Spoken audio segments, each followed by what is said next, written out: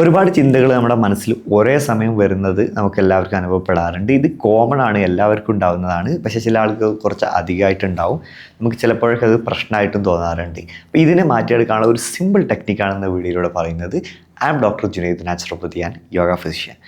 നിങ്ങളിപ്പോൾ ഒരു കമ്പ്യൂട്ടർ ഒരുപാട് ആപ്സ് ഓപ്പൺ ചെയ്തുകൊണ്ട് അല്ലെങ്കിൽ ടാബ്സ് ഓപ്പൺ ചെയ്തുകൊണ്ട് ഉപയോഗിക്കുകയാണെങ്കിൽ ആ ഒരു പ്രോസസ്സിങ് സ്പീഡ് കുറയാനും അല്ലെങ്കിൽ ആ ഒരു എനർജി കൺസപ്ഷൻ ചിലപ്പോൾ കൂടാനും ചിലപ്പോൾ രണ്ടോ ആപ്ലിക്കേഷൻസൊക്കെ ക്രാഷായി പോകാനൊക്കെ ഇടയാവാറുണ്ടല്ലോ.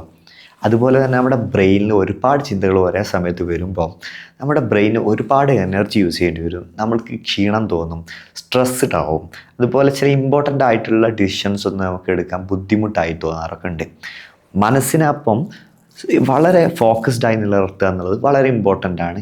നമ്മുടെ ഇമ്പോർട്ടൻ്റ് ആയിട്ടുള്ള പല ആക്ടിവിറ്റിയും ഫുൾഫിൽ ചെയ്യണമെങ്കിൽ അത് വളരെ പ്രധാനപ്പെട്ടതുമാണ്. അപ്പോൾ അതിന് വേണ്ടിയിട്ടുള്ള ഒരു സിമ്പിൾ ടെക്നിക്കാണ്. ആ ഒരു ടെക്നിക്ക് വർക്ക് ചെയ്യുന്നത് ഒരു സിമ്പിൾ പ്രിൻസിപ്പിൾ വെച്ചിട്ടാണ്. അതായത് ഓവർ തിങ്കിങ് ആയിട്ടുള്ള നമ്മുടെ മനസ്സിനെ പ്രസൻറ്റ് മൊമെൻറ്റിലേക്ക് കൊണ്ടുവരാൻ ആ ഒരു ടെക്നിക്ക് ഉപയോഗിച്ചുകൊണ്ടാണ് ഇത് ചെയ്യുന്നത്. നമ്മുടെ പ്രസൻറ്റ് മൊമെൻറ്റിനെ നമ്മളെങ്ങനെയാണ് അനുഭവിക്കുന്നത്?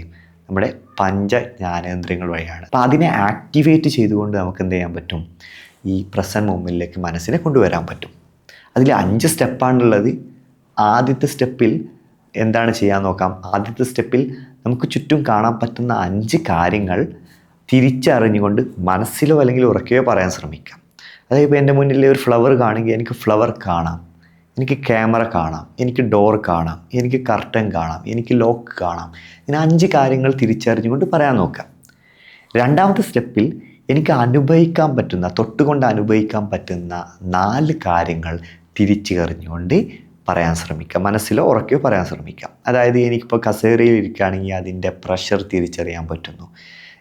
ഈ ഒരു പില്ലോ ടച്ച് ചെയ്യുമ്പോൾ അതിൻ്റെ സോഫ്റ്റ്നെസ് എനിക്ക് തിരിച്ചറിയാൻ പറ്റുന്നു. എൻ്റെ കൈകൾ ശരീരത്തിൽ തൊടുന്ന സമയത്ത് അതിൻ്റെ വാംനെസ് തിരിച്ചറിയാൻ പറ്റുന്നു.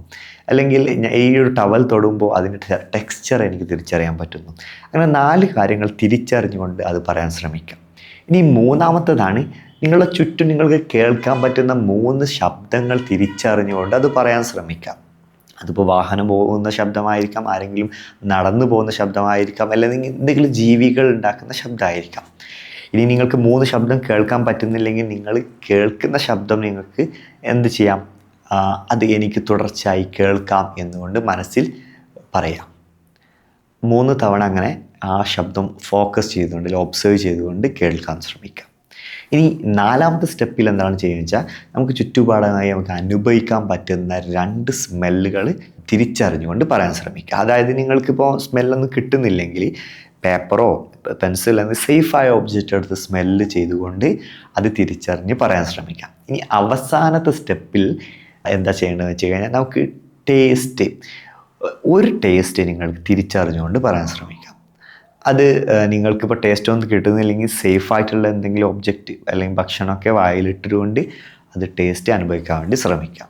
അപ്പോൾ ഈ ഒരു 5 സ്റ്റെപ്പ് ഫോളോ ചെയ്യുന്നത് വഴി നമ്മുടെ പഞ്ചജ്ഞാനേന്ദ്രിയങ്ങളെ നമുക്ക് ആക്ടിവേറ്റ് ചെയ്യാനും പ്രസൻറ്റ് മൊമെൻറ്റിലേക്ക് നമ്മുടെ മനസ്സിലേക്ക് കൊണ്ടുവരാനും പറ്റും. അപ്പോൾ ഈ ഒരു വീഡിയോ യൂസ്ഫുൾ ആണെന്ന് തോന്നുകയാണെങ്കിൽ നിങ്ങളുടെ ഓവർ തിങ്കിങ് ആയിട്ടുള്ള കൂട്ടുകാർക്കൊക്കെ ഇത് ഷെയർ ചെയ്ത് കൊടുക്കുക കേട്ടോ.